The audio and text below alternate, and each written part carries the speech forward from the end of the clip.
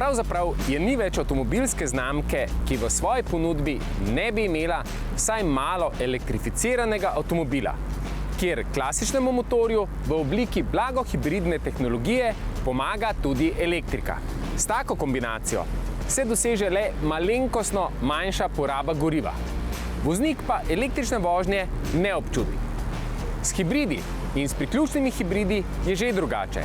Saj navsezadnje prinašajo že 100-kilometrske električne razdalje. Tisto pravo električno izkušnjo pa seveda prinaša električni avto. A pozor, ta vseeno še ni za vsakogar. ID.4 stoji na enaki platformi kot manjši ID.3, a je dobrih 30 cm daljši. Vsekakor je prostornejši in prinaša tudi večji prtljažnik. A bistvo ID.4 je seveda v tem, da je višji in bolj odmaknjen od tal, s čimer se uvršča v razred križancev. Ti pa vemo, da so še vedno najbolj zaželena avtomobilska oblika ta hip. V notranjosti je še več podobnosti z ID.3. Izpostaviti pa vseeno velja trend, kjer se avtomobilske notranjosti poslavljajo od oblikovno kompleksnih armaturnih plošč, saj jih nadomeščajo preprostejše in oblikovno bolj umirjene. Seveda tudi zaradi napredka, ki se kaže predvsem v tem, da iz avtomobilskih notranjosti izginjajo klasični gumbi in stikala. Že res, da moramo stopiti na vlak napredka, a nekatera stikala bi v avtomobilih lahko ostala vsaj še nekaj let oziroma vsaj do takrat, ko bodo ta navidezna in na dotik delujoča stikala delovala tako dobro kot stara klasična. Oprema v testnem ID.4 je prinašala večino, kar trenutno lahko Volkswagen ponudi v svetu avtomobilizma. Predvsem na področju varnostno-asistenčnih sistemov, ki skušajo narediti vožnjo čim bolj enostavno in varno.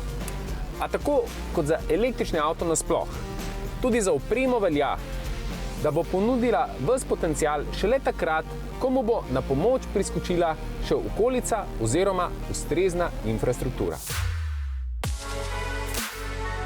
Električni motor ponuja 150 kW in 310 Nm navora, kar zadostuje, da avto z mesta do 100 km/h pospeši v 8,5 sekundah, največja hitrost pa je omejena na 160 km/h.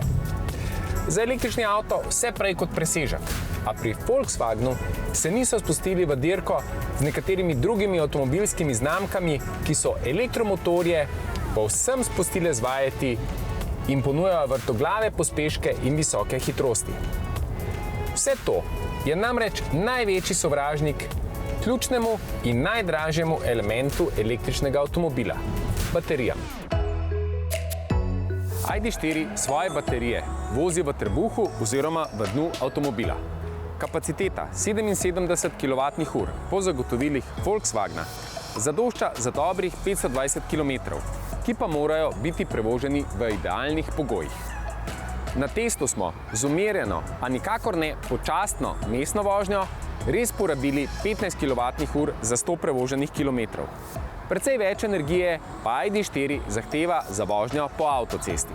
Ko baterije spraznimo, jih lahko polnimo na domači vtičnici. Še bolje pa je, če jih na hitri polnilnici, kjer so možne hitrosti polnjenja do 125 kW/h. A z električnim avtomobilom je tako kot z vsakim drugim, ki ni limuzina. Denimo, karavane izberemo zato, ker potrebujemo več prostora.